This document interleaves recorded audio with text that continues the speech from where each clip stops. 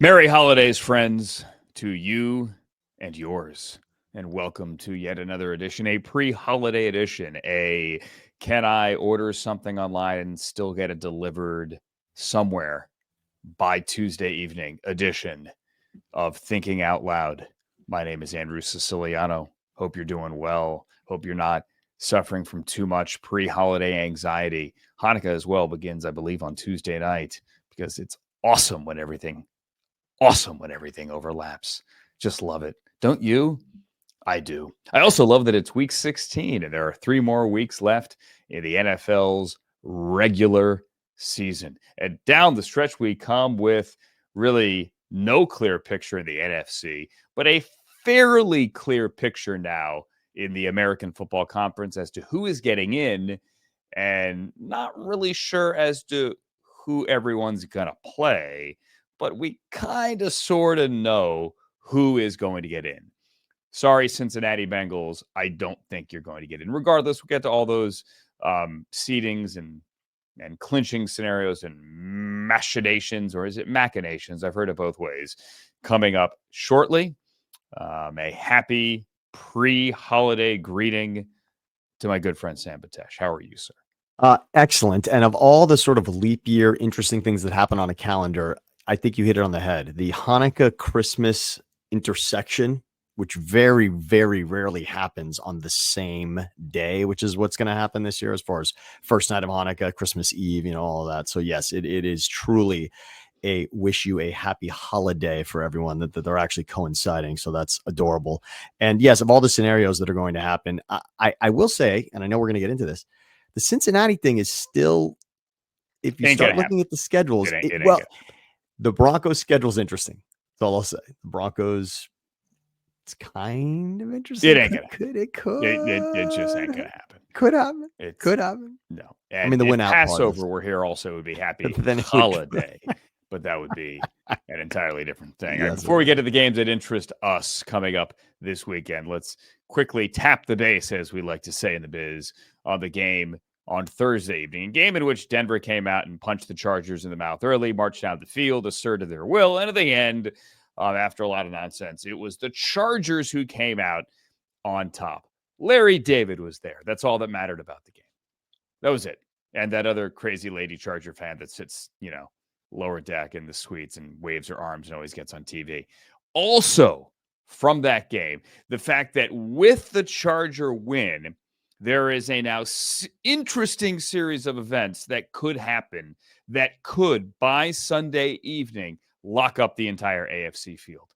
And just for historical context, that would happen with 2 weeks left in the regular season. Now, of course, obviously the season's expanded. It's a 17-game, 18-week season. But never since the merger being 1970, never since the merger have we ever had an entire conference wrapped up with 2 weeks left before the end of the regular season.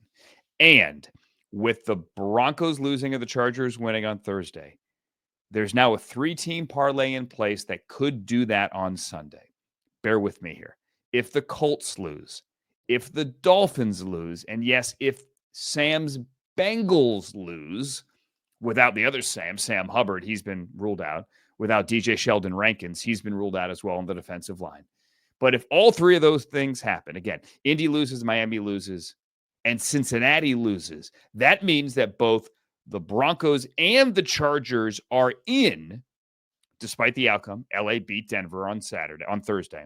That means they're both in. Baltimore's in, and we know the 7 teams in the AFC. Now, things could change. Seeding could change. Buffalo could get the number 1. Kansas City could fall to number 2. All things could happen. The Ravens could win the division, and the Steelers can fall back to a wild card. All these things could happen.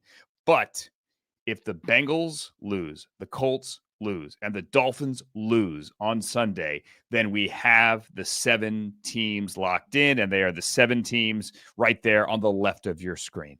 And that has never happened this early. We'd be done before Christmas in the American Football Conference. Everything left is now just the final 2 weeks, rearranging the chairs and who goes where and who gets a bye. And that's kind of silly. And it also, and think about this, I say it's never happened since 1970. It used to be a smaller playoff field. Now we've expanded the playoff field, and we would actually get this done with a 7-team playoff field, which is just bonkers. Now, the NFC, there's all kinds of stuff, Sam, that is still out there. But in the AFC, and I think there's a legit chance of it happening. I know people want to laugh at me. It could happen. Could happen. Could absolutely happen. I mean, absolutely the 3 games that now that are pending, this sort of the Miami, Indy, and Denver thing. I just wanted to say for those that are rooting for the Bengals, it's more interesting than it seems when you say it out loud. When you look at it on paper, it's actually a little more feasible for those that want to go down that path. Only because Denver, more on the Denver side than the Cincy side, maybe, is just the idea that Denver is going to have a head-to-head with Cincinnati. Now, of course, Cincinnati would have to win this week to even, as you mentioned, give it a shot. But if that were to happen, the idea that Denver and Cincy play each other, and then Denver has a Chiefs game on the schedule, so that makes it interesting. Of course, Cincy has Baltimore as well. But the Chiefs may also not have to play in that game because they may not have a shot to get to that one seed. They might be locked in at 2, and they could sit everyone down. That could be a Carson Wentz Chiefs game. It could, which we were worried about this week as well. But the Cincy thing, just because of the head-to-head, it just feels interesting. But of course, I mean, look, the Browns could end it all this week with that in regards to Cincinnati, and that would then be that and fascinating. And I'm actually rooting. I'm actually, yes, I think Cincy's an interesting playoff team, but the history that you said, if it could happen before Christmas, wow, what a gift for all of us to have it wrapped up. Myles Garrett about the Browns winning Sunday in Cincinnati in the Battle of Ohio said on Friday, "Misery loves company. I'd like to give them some misery. Also, all I want for Christmas is a win." And Grant Delpit on Thursday asked, "What are you playing for? Our season's over. I want to bring them with us." What's driving you? Again, a question to Grant Delpit on Thursday. It's the NFL. I worked my whole life to get here. I ain't going to the playoffs, so you ain't going either. Good answer. For those who say, oh, no team cares about spoiling another team. You want to play spoiler? Most teams will say, no, we're worried about ourselves. We just want to win. Browns are like, yeah, to hell with them. Let's take them down. Now, one thing to say it, another thing to do it, but without lingering too much on that game, the Bengals have lost 4 times this year when they've allowed 30 points. In their losses, they're averaging 28 points scored, 27.7, something like that. So again, in the games that they've lost, they are averaging 27.7 offensive points. That is just absurd. They have the number 31 scoring defense in the NFL. It's DTR in that game. Yeah, it could be crazy. I mean, it could just be crazy back and forth. Why not? It could be a one-sided game. I have no idea. But regardless, yes, the Bengals have a plan, but they need a lot of things to fall into place, including get a win first against the Browns in the Battle of Ohio. And one quick thought on that as well, because the Browns tweeted out a comment I made on my Bark Tank podcast.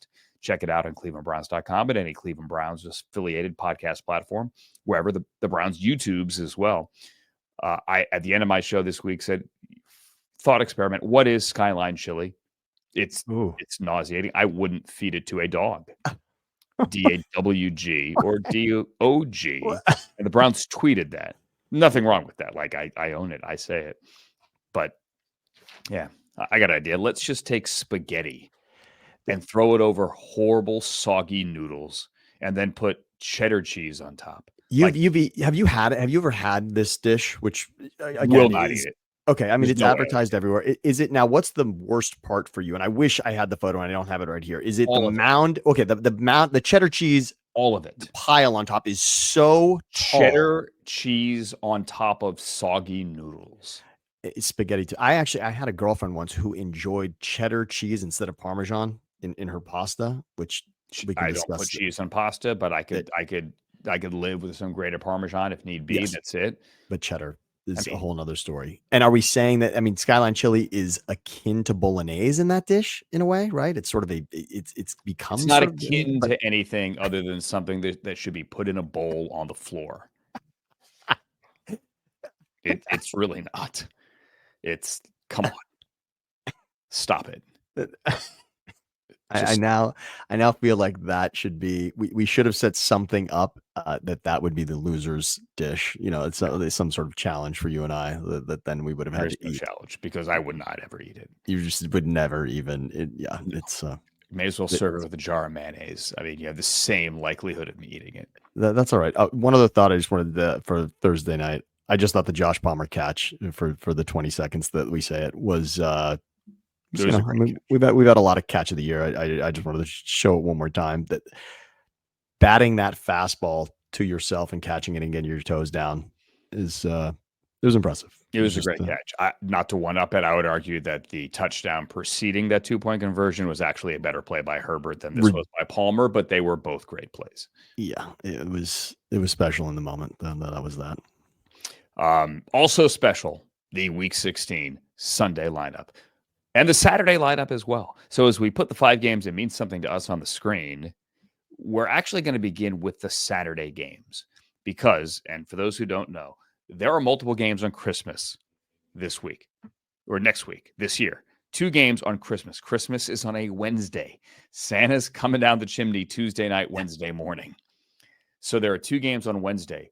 Football on Wednesday? Are you kidding me? No, I'm not. It happened in 2020, right? We did get a Wednesday night football. Right. Steelers game. But that was a COVID game. Yeah. The reason they're doing this, or the way that they're doing this, is by taking the 4 teams that are playing on Christmas Day and making those 4 teams play in 2 games on Saturday. So it's a short week this week. It's a Saturday game. Okay, we could deal with that. And then it's the same turnaround to Wednesday as you would in a traditional week have Sunday to Thursday. So, for example, the Chargers and Broncos both played Sunday, and then they played Thursday this week. Well, now you're going to have these teams play Saturday and then turn around and play Wednesday. And that's how the league is justifying it, saying it's the same turnaround, and we're only doing it with these 4 teams, and this is what you're getting. So the Saturday games are as follows: Houston, Kansas City, and Pittsburgh, Baltimore. And then those 4 teams switch sides, and then you get Kansas City, Pittsburgh, and Baltimore, Houston on Christmas. We'll get to those games next week. Let's do the Saturday games this week first, and let's start with the Texans and the Chiefs, because this is one of those playoff previews. Not exactly a playoff preview necessarily, because they would not be playing each other right now, but they could potentially meet in the postseason in the divisional round, hypothetically here.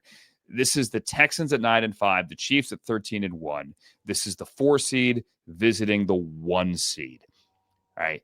The Chiefs can wrap up home field advantage if they win and the Bills lose to the Patriots. That ain't going to happen. At least not both of them are going to happen, because the Bills are not going to lose to the Patriots, who they play again, by the way, Week 18. But the Chiefs team that I saw last week, Sam, in Cleveland, they beat the Browns, to their credit, 21-7, was less than impressive. Defensively, they played well. They forced 6 turnovers. There was another turnover on downs. Actually, there were 7 turnovers in that game. But offensively, man, this is a slow team. Other than Xavier Worthy, who had a 21-yard touchdown, officially called a run. Sorry if you have Mahomes as your quarterback. You lost a touchdown pass. He can run. Nobody else can run. Travis Kelce can't run like he used to. Juju Smith-Schuster can't run like he used to. DeAndre Hopkins, like Travis Kelce, has that old man game, but he can't run. He just can't.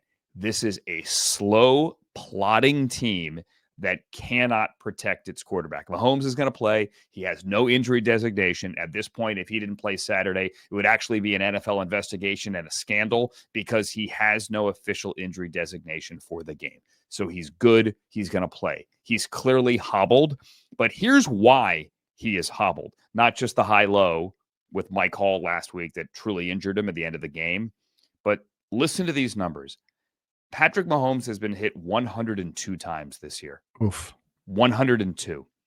Now, that's second most in his career, but only 4 off his all-time high, and we still have 3 games to go. His all-time high was 2018, which was his first career, or his first year as a starter. In his last 3 games, he has taken at least 11 hits in each of the last 3 games. 30, 5 times Patrick Mahomes has been hit since week 13. Okay? That is not sustainable. And this week, he's facing Will Anderson and Danielle Hunter, and they're the only pair of teammates in the NFL that have 10 sacks each. There are a lot of good rush tandems around the league, but this is the only rush tandem in the league where both have double digits. Danielle Hunter, the former Viking, Will Anderson, the former top 5 pick a year ago. These guys are going to get after Patrick Mahomes. They kicked Joe Thuney out last week, the left tackle. He played well against Myles Garrett, held him sackless. However, he had a lot of help. You're always putting a back or a tight end over on that side, save for maybe 1 or 2 rushes. This is going to be a problem. And honestly, I think the Texans are going to win this game. Now, Steve Spagnuolo is going to light up C.J. Stroud. Light him up. And I don't know how many points the Chiefs, or rather the Texans, are going to score. But I think the window is open for the Bills to steal the number 1 seed in the AFC, because Sam, I think the Texans are taking the Chiefs down.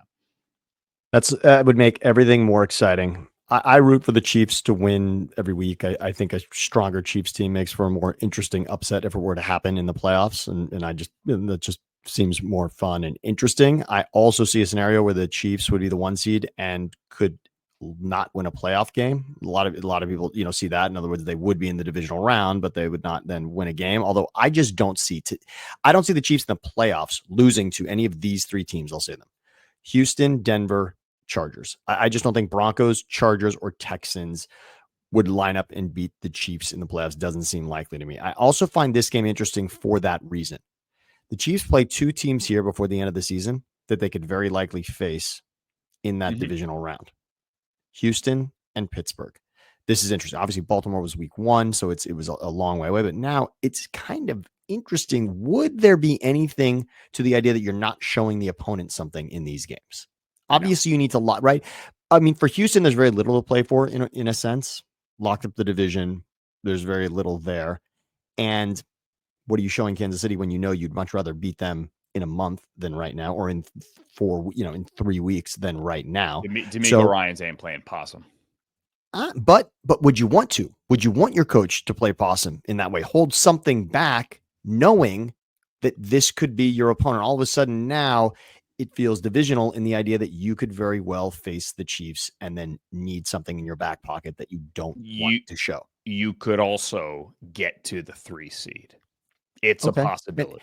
But even in that, how much does that make a difference? I mean, with the 1 seed being, I understand you could end up hosting one more game that you could host. You're going to want that. But in regards to opponents, it means very little. It means hosting another game. I mean, you answered it yourself. It could. Yes, it very well could. And of course, we understand that. And we play to win the game, all of that. But I'm just putting it in the back of our minds here that it's interesting that Houston and Pittsburgh both have the Chiefs here. And I just see that as, okay, you're very likely going to see them again.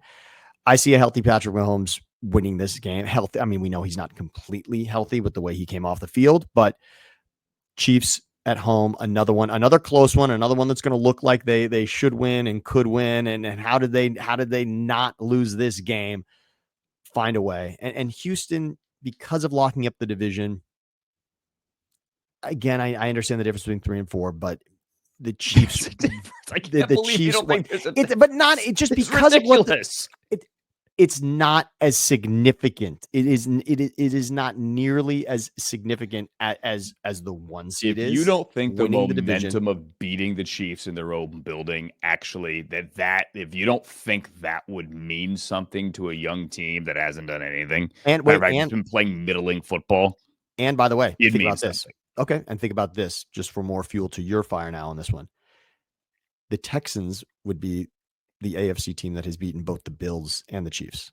Again, so that would, obviously, and the way the Texans defense has played of late with all their picks, what's the number here? They have 11 picks over their last 5 games. They had 3 last week.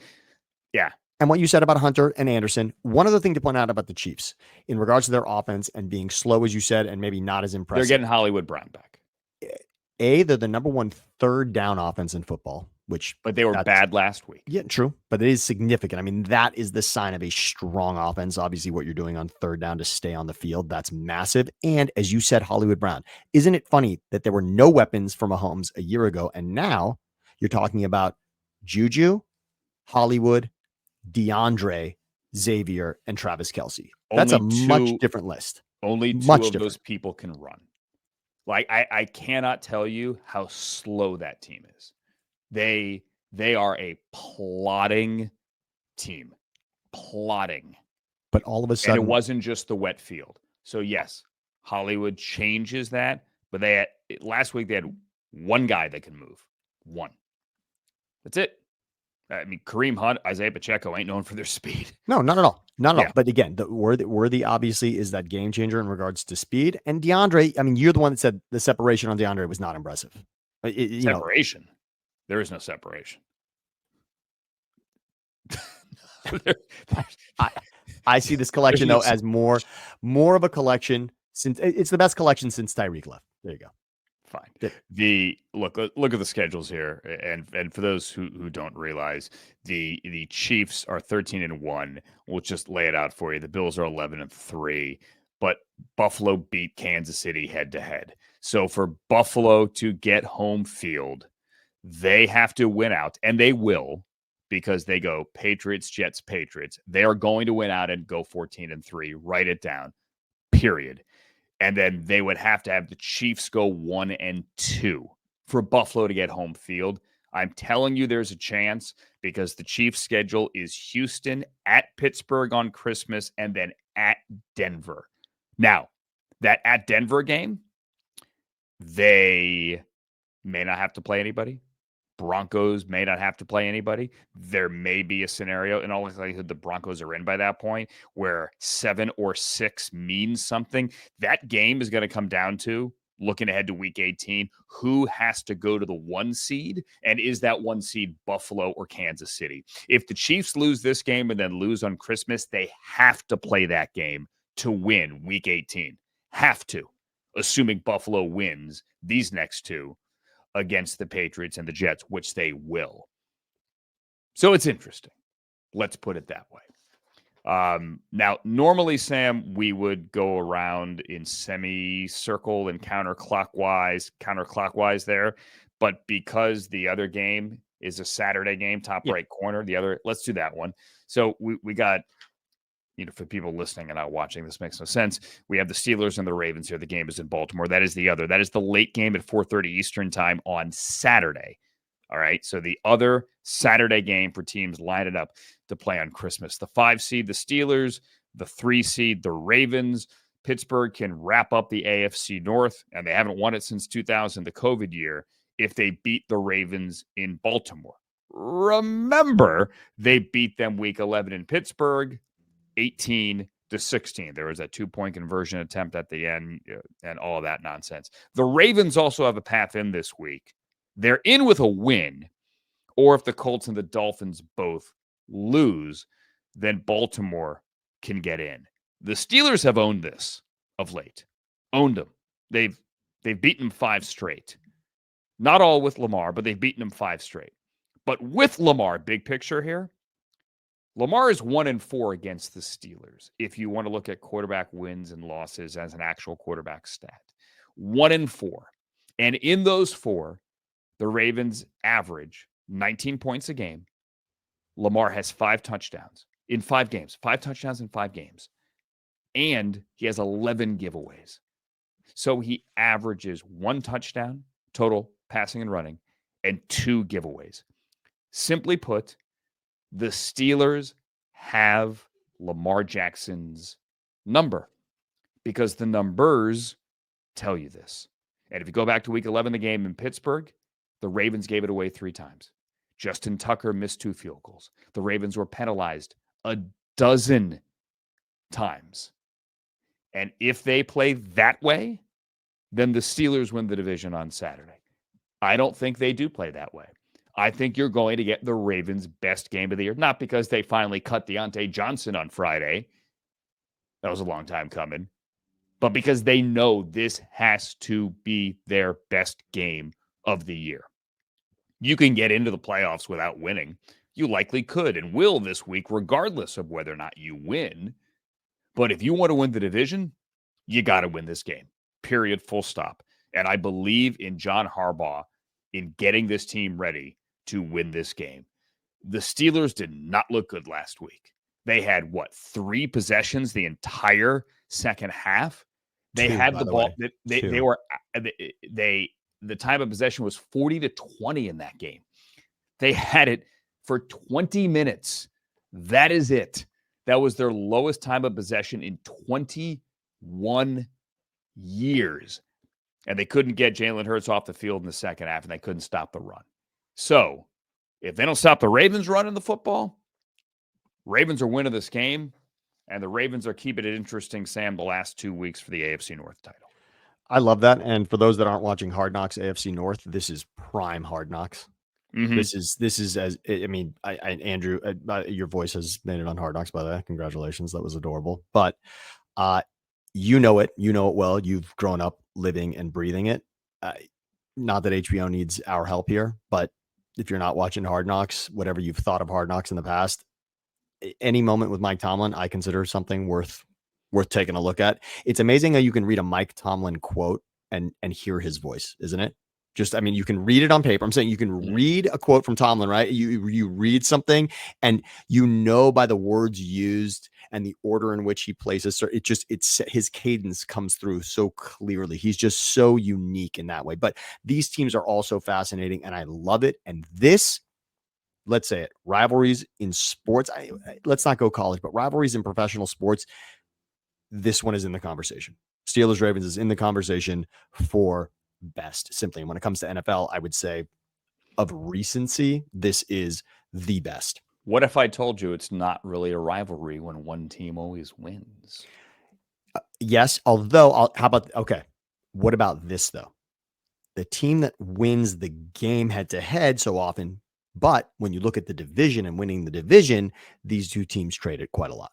Sure. These two teams of late trade that, and that ultimately is the real true test because of what it means for the playoffs, et cetera. But you're right. The Lamar 1-4 thing, you laid out all the numbers. You really just can't ignore that. But for the number one offense in football, this feels like, obviously, forget about it's a game need to have for the division and all of that.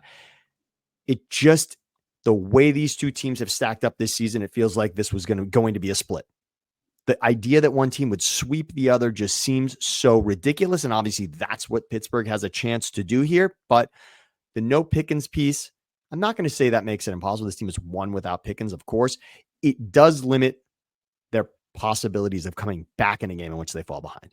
And we saw that in the game against the Eagles. It was difficult. Obviously, what the Eagles did in the second half, again, 2 possessions for the Steelers in the second half, that seems impossible. I mean, to watch the Eagles get the ball with 10.5 to go and for the Steelers never to touch it again was just mind-boggling. But it's deflating. It, of course. And you would imagine they're watching, then the way Tomlin is, they're watching that tape with, we're not going to let that happen. And what's interesting also about it is that Barkley, it was arguably Saquon's least impactful game from a numbers standpoint. He was hit hard by Minka Fitzpatrick, had to come out for the entire second quarter and only had 65 yards in that game. But you would imagine that Tomlin is saying Derrick Henry is not going to run us out of this game. We're not going to let that happen. And obviously they beat him once. The 2-point conversion, yes, could have gone another way. And Boswell, of course, in that game, all of the Steelers points in that game were field goals. It was all Boswell. So in many ways, the kicking, the Tucker versus Boswell thing. That's what they were doing in September. Yeah. It's I just, like you, I have a feeling this is going to come down to it. I'd rather it come down to it. Hard Knocks or not, I just think the AFC North deserves not to be wrapped up this early. Yeah, I agree. I totally agree. And the idea that there is still a chance of the AFC North getting 3 teams in is mind-boggling. The idea that the AFC West would have 3 teams in instead, also kind of mind-boggling. But that's where we stand here as we head into week 16. Those games are Saturday. Let's go to the Sunday games. And Sam, let's get to Eagles and Commanders. Why not? Because obviously it's an easy transition. The Eagles are the 2 seed right now. The Commanders are the 7 seed. This is the leader in the NFC East against the number 2 seed, or the number 2 team in the NFC East. And this would be a playoff preview. The difference is it's in Washington at that, I don't want to call it a dump of a stadium, but it is officially now the worst stadium in the NFL, bar none. They know it there. They're trying to get a new one. Obviously, hopefully back to the RFK site, which I drove by in week 5, all boarded up. It looks right out of a post-apocalyptic movie these days. Hopefully you could move back into that one and get out of FedEx one of these days. But this would be the playoff game in wildcard weekend, except in the different venue. The game would be in Philadelphia if we were playing this in 3 weeks, as opposed to what it is on this week and this Sunday, where it's in Washington. The Eagles can wrap up. They're already in the playoffs. They can wrap up the NFC East with a victory. They've beaten the Commanders 6 out of 7. And as you've been pointing out the entire time, the Lions, all banged up as they are, still do, for now, hold the conference tiebreaker over the Eagles. 8-1 as compared to 7-2. I have one guarantee for this game. I guarantee you that heading into the second quarter, the Commanders will have the lead. Absolutely, unequivocally guarantee you. Because they have not been, the Commanders have not been outscored in the first quarter for 12 consecutive games. So in other words, they have not headed into the second quarter trailing in 12 consecutive games. The Eagles, Sam, as you've been hitting over the head for weeks now, if not months, have gone 16 consecutive games, 4 months. 4 months. Without, actually 4 months going back to last year, without an opening drive touchdown. That's just so guarantee you, or your money back, and you pay nothing for this podcast, the Commanders will lead heading into the second quarter. I don't even understand what's happening with the Eagles in regards to the first quarter. In fact, the game against Pittsburgh was arguably their best first quarter of the season. And then they got points. They got a field goal on the opening drive, and it was looking good, headed in that direction. But that was a game in which they also tried to give the Steelers every opportunity. Remember the 2 turnovers, and Andrew, you pointed out last week the turnovers were going to play a factor. We both had said it, and it clearly did. But in the end, it was the Steelers that the Eagles took advantage of, as opposed to the Steelers taking advantage of the 2 early turnovers, the Hurts fumble and then the muffed punt by DeJean. That could have been the game. That really could have been the game. And then there was a penalty that moved the Steelers back, etc. Enough about that. You're so right. The Eagles do not start well. They just don't start well. I'm not sure what it is about the first quarter, but offensively, it is not right. And Washington starts fast. One other thing to point out. Do you remember, let's go back in the time machine, when Jaden Daniels was not only the offensive rookie of the year in a runaway, but even potentially the MVP? I never thought he was the MVP. You did. But yes, I do remember those times. But again, in a conversation about it and what he was doing for that Washington franchise, and you growing up in that area pointed out so much how the belief in what this Washington team is doing is predicated so much on what obviously Quinn and Daniels have done. But there was that lull. Remember, Daniels started, there's no quarterback ever who has started a career with a better completion percentage than Jaden Daniels. And in fact, I think it was through 4 weeks, he had the greatest completion percentage of all time. Nobody had ever done that for 4 games. Nobody. That's why they play 17. And then it dropped considerably, right? I think it was, as you're pointing out, I think the last 4 games, no, I'm sorry. The last 2 games, he's been back up to 80%. But before that, there were 4 straight games where it was at 60%. So it had dropped. He had leveled off. He was likely injured. You pointed out after the Thursday night game against the Eagles, he didn't look the same. He wasn't quite the same quarterback. They weren't quite the same team because of that. And maybe they are getting that juice back. Although remember, a 2-point conversion failed by the Saints in an epic comeback last week nearly could have given them a loss. Commanders looked great in building a lead and really suspect defensively in the back half of that game, letting Spencer Rattler nearly come back and beat them. For a game, obviously, the Saints need. They're in a playoff race as well here. They are technically still alive, but that was suspect. Somebody you pointed out as being a crucial piece of this Washington team, Lattimore. Lattimore did play his first game. He was not targeted once. Lattimore has made an impact, and he'll make an impact on this game right about the time the Eagles are feeling good about their pass game, because they did pass the ball well to both AJ and Devontae against the Steelers. Lattimore is going to be a huge difference in this game for Washington. And this was obviously the Rams game is the stamp of Saquon, unlike any other game this season, with the 255 rushing, the 302 total yards. But it was that Washington Thursday nighter where he completely took over the second half, certainly the fourth quarter. Saquon was the difference. And you mentioned the Eagles won't have a lead at the end of one in this game. They were trailing at the end of two. They were trailing deep into the third quarter. They were even trailing momentarily in the fourth quarter of that game. Lopsided how the score turned out, but this will be close for those that are just assuming the Eagles and the Vikings and the Lions. It's all going to come down to that week 18. Eagles could be out of the conversation for the 1 seed here. I mean, a loss puts them very much because they're not going to hold the tie. The Eagles are not going to hold the tiebreaker over the Lions, and it even comes down to a surgical difference with what it would be with Minnesota if they finish all with 2 wins there. Obviously, we know the Lions and the Vikings cannot both finish with 2 losses because they play each other week 18. But wow, this feels like an opportunity for the Commanders to make a statement. But then again, as I mentioned about Houston, how much is the seeding going to matter? Obviously, Washington wants to clinch, but I'll say the Eagles. I never say it, but I'll say the Eagles get their T-shirts.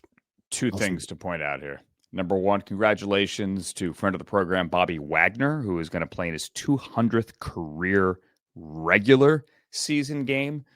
In this one, he's over 200 if you include like a dozen, 15, 16 playoff games in his career, but 200 career regular season games for a guy who's going to get consideration for Canton. Tip of the cap to one Bobby Wagner. And Saquon, everyone's looking at the rushing total. Can he get to Eric Dickerson's 2105? He is on pace on a 17-game pace to be just underneath it at 2050. I love you, Saquon. You got to do it in 16 games. This isn't a Ruth Maris thing where you're talking 154 to 162. It's a 1-game difference. I'm sorry. You got to get to 2105 in 16 games. And I don't think that is going to happen. If you get the record in 17, it's still an amazing accomplishment, man.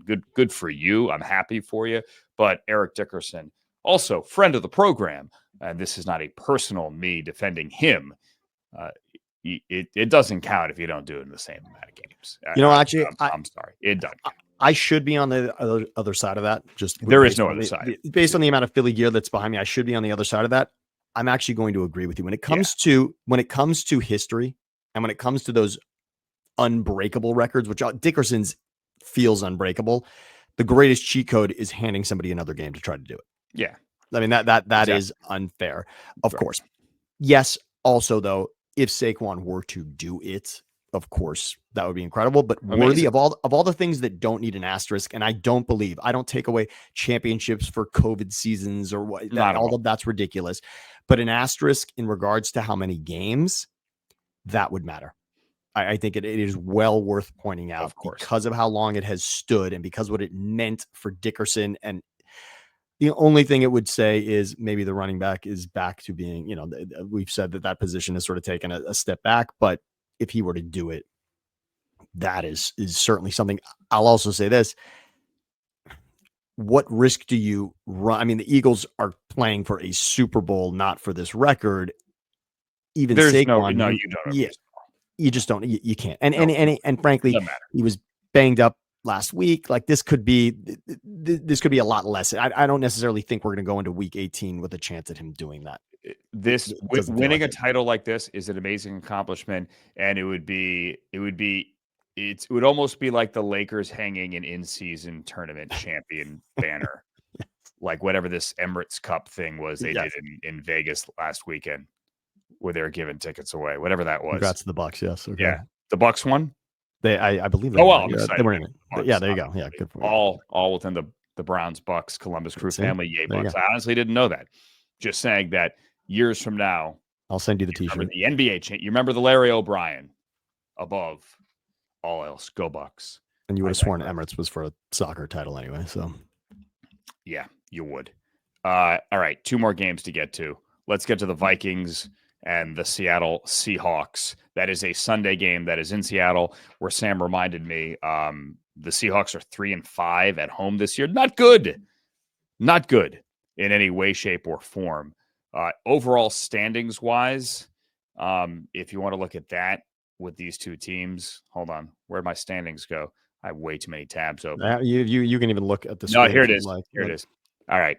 So we got the Vikings as the 5 seed right now, and the Seahawks on the outside looking in as the 8 seed.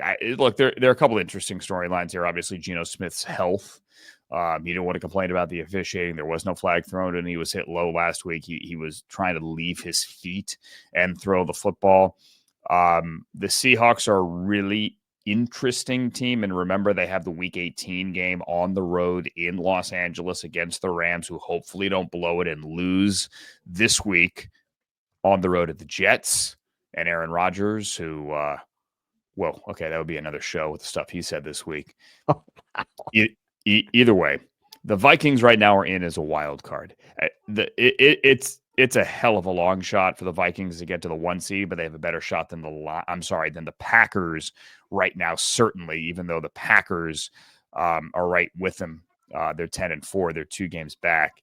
The Sam Darnold future conversation doesn't maybe factor here on Sunday, but it is the most interesting thing for me about the Minnesota Vikings. And I said it back in September when Sam came out of the gates playing well.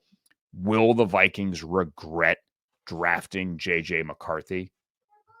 I think the answer is still going to be no, because if they decide to pay Sam and move on from JJ, they have a very, very, very valuable trade piece if they ever got there. And I don't think they will get there.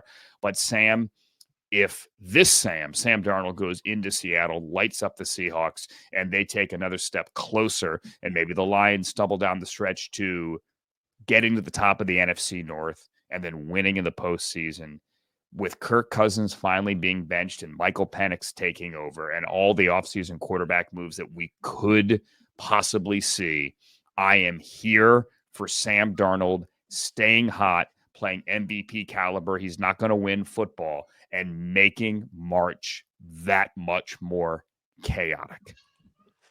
The fascinating part of this game, and what you just said is great for Darnold. And there's not a better, I mean, is this one of those? It's interesting. You actually were the one that pointed out comeback player of the year. Is Darnold up for comeback player of the year? I don't think he should be. What did he come back from?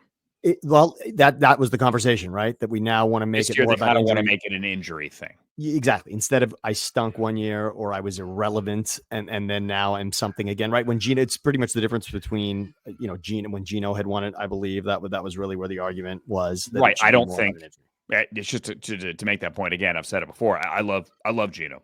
Love him. Enjoyed every interview I've ever had with him. I love watching him play football. He's a heck of a quarterback. But when he won comeback player of the year, I said, what did he come back from? From himself. From mediocrity, or from not really playing great football and being behind Russell Wilson? He was a former 2nd-round pick who, look, you could write a book. There probably will be a book one day about how everything went with the Giants. They were winning, the fight in the locker room, and then the whole thing in New York, the other New York team with Eli being benched and Geno taking over for one game and the coach getting fired and all that. It's a great story, but what did he come back from? Normally you're talking about a comeback player like Nick Chubb, for example. Chubb would be up for it. Chubb would have absolutely, yeah. Right? Yeah, that's clearly a comeback player of the year. And for people that want to go, well, what about Joe Flacco? He didn't deserve to win. It should have been DeMar Hamlin. I think Joe and Geno are very similar. Both great stories. I'm all for giving them awards. Don't know if that's the best award to give them, not to take away from their accomplishments. But yes, that's how I feel about Geno. I love Geno Smith also and everything that he had done. And I agree with in regards to the comeback player of the year, that it's just a different conversation. Darnold's just in that Baker Mayfield, where not going to be the MVP, but worthy of that conversation right outside of it because of what he's done this season. Seahawks at home. You just said it. And you've talked about what that venue is and has been. Something's up, something's different, something is strange and bizarre there. It's not the same thing. And as you mentioned, since 2009, hadn't had a losing record at home. And that looks like what it's going to be. The fact that that's just not what it used to be there. This feels like Minnesota establishing themselves. You mentioned that Minnesota maybe doesn't have that path, but of all the paths to the 1 seed, you've said it many times, the Lions' injuries are just, is that eventually going to rear its head? Vikings, essentially for the 1 seed, it's in sight.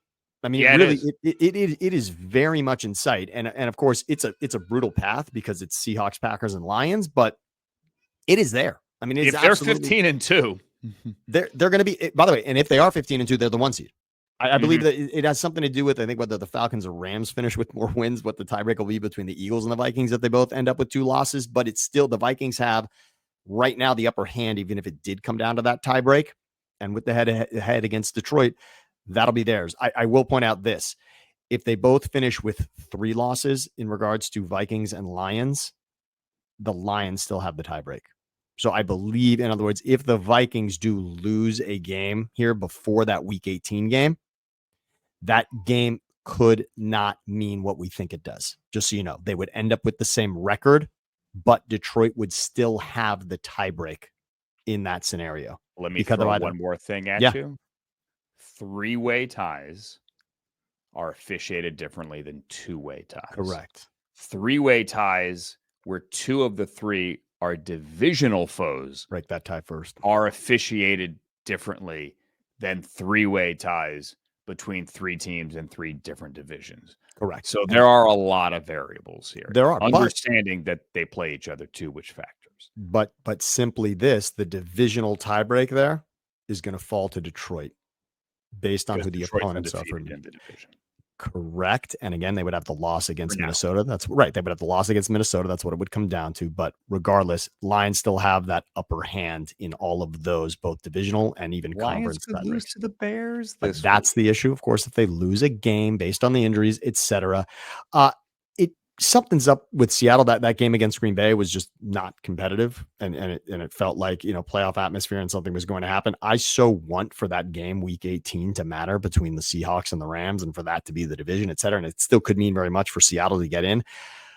I think Seattle's losing momentum because they're just not at that level. I don't think they're at the level here with Minnesota, Green Bay, even call it the Rams for that matter. And they had a chance. They should have beaten the Rams, you could argue, but the Rams to come back in that game was incredible, and what a catch in overtime, etc. And Gino with a key turnover at the end of that game to even let the Rams back in it. But Seahawks are just, that was ugly, and they're not playing well, and it feels like Minnesota. Also, what's fascinating about the Vikings is it's not necessarily each week that Jefferson is so outstanding, Justin Jefferson. What defenses are actually doing is keying in on Jefferson, and he's not having that impact. It's not like Jefferson's having wow games every single week. Opening it up, though, for Addison, for Hawkinson, and for Aaron Jones. That if you really watch a Vikings game, that's actually what's happening. It's not going to Jefferson. The defense is so keyed on Jefferson, and then you've got Addison, Hawkinson, and Aaron Jones, and that's the beauty of Darnold. Darnold understands that, and he is finding and checking to the right play, and more often the case than not, he is doing that, and that's been absolutely key for them. I'm a big Sam Darnold fan. You want to go back to 2018, one of the Browns to take him. They took Baker Mayfield. Worked out well at first, and Baker certainly has built himself a nice career, and happy for him. It's worked out for Sam Darnold as well. I didn't necessarily want Josh Allen. Full disclosure, Sam, don't clip this and put this on social. Didn't want him. Didn't want him. Loved what I saw at the Senior Bowl. We had him at the Senior Bowl for NFL Network. Thought the guy was great. Enjoyed speaking to him as well. But I, living here in Southern California as you do, having watched Sam Darnold, right? Remember, like, for example, the great back and forth against Penn State at the Rose Bowl. Like, I wanted Sam Darnold. Didn't mean I thought less of Baker, nor Josh Allen, nor Lamar Jackson, nor even Josh Rosen for that matter.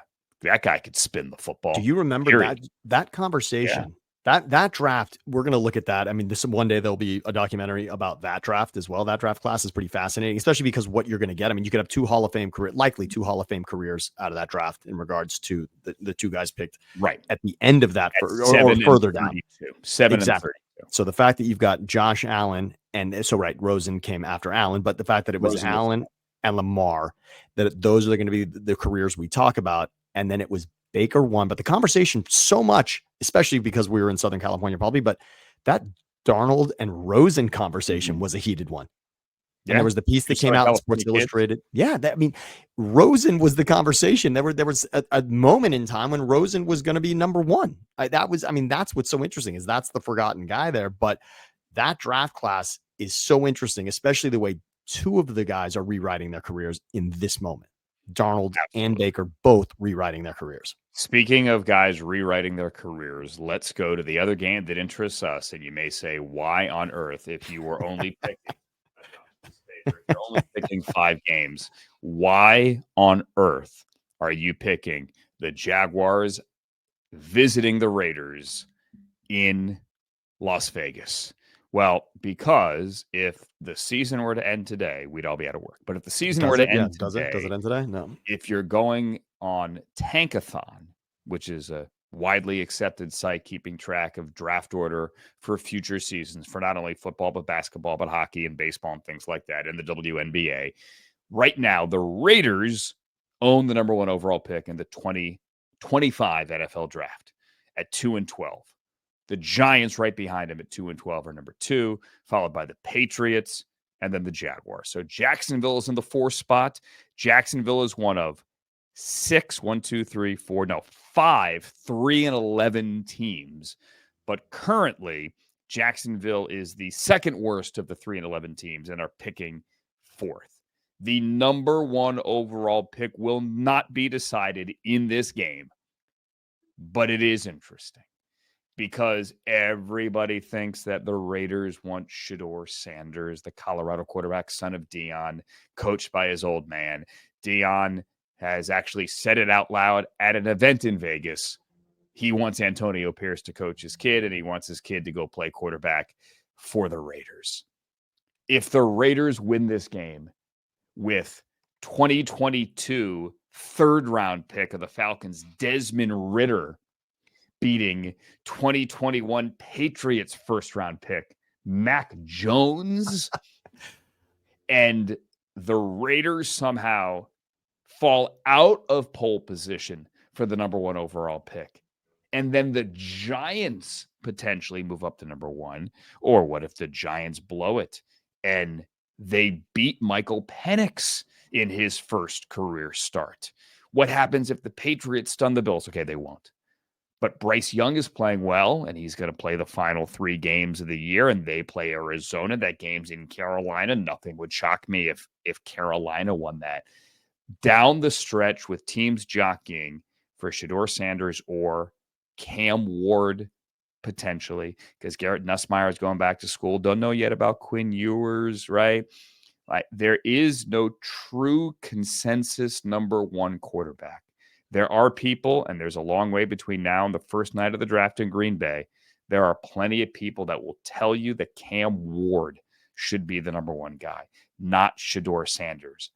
But this game has 2 highly drafted for other teams backups battling when one of these teams, the Jaguars, just gave over $200 million to the former number 1 overall pick, who some aren't convinced is even the guy anymore. Have fun with that one. I'd love to have fun with that. And you hit on exactly what I was tearing my hair out to say just seconds ago. That's the conversation, is if Jacksonville ends up with number 1. That's the fun conversation. To jump over. Yeah, it is. Look, their path is muddiest to number 1. That's true. We know New England, if New England ended up with 1, the idea that they would draft a quarterback with what we've seen from Drake May seems at this point not likely. Unlikely, but you sell the pick off. Of course. And again, what happened again? New England, Mac Jones looked good early. Remember, Mac Jones, that was a playoff team. Mac Jones led the Patriots to the playoffs. They got destroyed by the Bills in the wild card round, but that was a team that made the playoffs with Belichick and Mac Jones. So in other words, they've seen a nice season out of a young quarterback before to know that it wasn't exactly their future. So maybe Drake May has not convinced everyone in the building, but that seems most unlikely. Trevor Lawrence, would you draft another number 1 overall quarterback? The guy. You can't. Do you remember? You remember, obviously, the new Kyler Murray hasn't even kicked in yet. Josh Rosen, Kyler Murray. That's what happened, right? Arizona. Josh Rosen, he wasn't number 1 on a rookie contract, and he wasn't number 1. He wasn't the first 10. Overall where Trevor is. Right. Rookie contract, easily tradable. Do you tie yourself to the money, or do you tie yourself to the opportunity? The money's real, and it's a real anchor.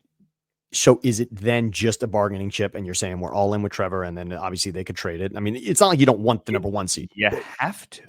Like, it is such, we talk about for example, the Denver Broncos have $84 million on the dead cap this year. They drafted a rookie quarterback. They cut Russell Wilson. They made that move. They're severely limited financially. They drafted the right quarterback and they're well coached. And Vance Joseph has put together a great defense. And they have finds like Nick Bonito, guys like that playing great, and it's working. Obviously the Browns have an issue with Deshaun Watson's contract. What do? Don't know. Don't have an opinion, nor too much insight sitting here. But the Jaguars just handed out that contract over the summer. The new money, I bet you, hasn't even kicked in. The signing bonus certainly kicked in. It is as untradeable a deal without looking at it on paper, and maybe I'm wrong, but I know this at a bare minimum. It is prohibitive. You simply cannot do it. I don't think they're going to get the number 1. I'd love to see. I think of all the places that Shador could end up, it does. Yes, the Raiders seems most fun. That just, yeah. I mean, New York's interesting. Although New York's offensive line is so bad. But you don't know who's going to coach New York. True, but New York's offensive line is so bad, and not that the Raiders is amazing. If the Raiders is good. No, it's not. It's not. It's not. Okay. It's not. But it's. I mean, it's poor. Matter of fact, you want to go through the offensive lines for every one of the top 10? Vegas bad, Giants bad, Patriots horrible. Yeah, awful. Jaguars traded Cam Robinson, got a middling return. Panthers. Panthers. Titans. I mean, Panthers have been able to run the ball. Panthers have been able to run the ball, but the Titans have gone O-line in the first round each of the last 2 years. O-line's getting better. Yeah. Browns, when healthy, good O-line. Yeah, for sure. So Jets. It was better this year, but a lot of pieces that were on short-term veteran deals. Who knows what it looks like next year under whomever is leading. So I'd like to, again, the most dramatic thing, the Jacksonville thing with Trevor there. Yeah, the idea that they would have both of those quarterbacks seems ridiculous, but teams have done wild things and decided they're all in. I just don't know that. I don't know. I would say the consensus on Shador and Cam being a can't miss prospect, that's not there. I don't think can't miss is used with either one of those two names. Correct. This was not the quarterback. This was not considered a quarterback rich draft class for 2025. So we're probably having more fun with it than it really is. Get talked up between now and then. But is it actually right? Every year. I would argue that it's almost better if you're not drafting a quarterback to be 2 this year. But who knows? That remains to be seen. I just think it's fascinating, this one. And if the Jaguars somehow do get the number 1 overall pick, they will have the number 1 overall pick 3 out of 5 years. And in that window, they made the playoffs and won a playoff game. Think about that. If the Panthers get it, it will be 3 consecutive years in which they at least held the pick, which is also absurd. Either way, that's it for us. Sam, it's been fun. Happy holidays. Happy Hanukkah. Yes, Happy. To you and yours as well out there. Please be safe. Travel safely. Move swiftly through airports and get out of the way for everyone else. And hope this holiday season brings you joy, happiness, peace, health, merriment, and good stuff in your stocking, if that's what you do. For Sam, I'm Andrew. Like, subscribe, and share. We appreciate you listening and watching. This is Thinking Out Loud. So long, everybody.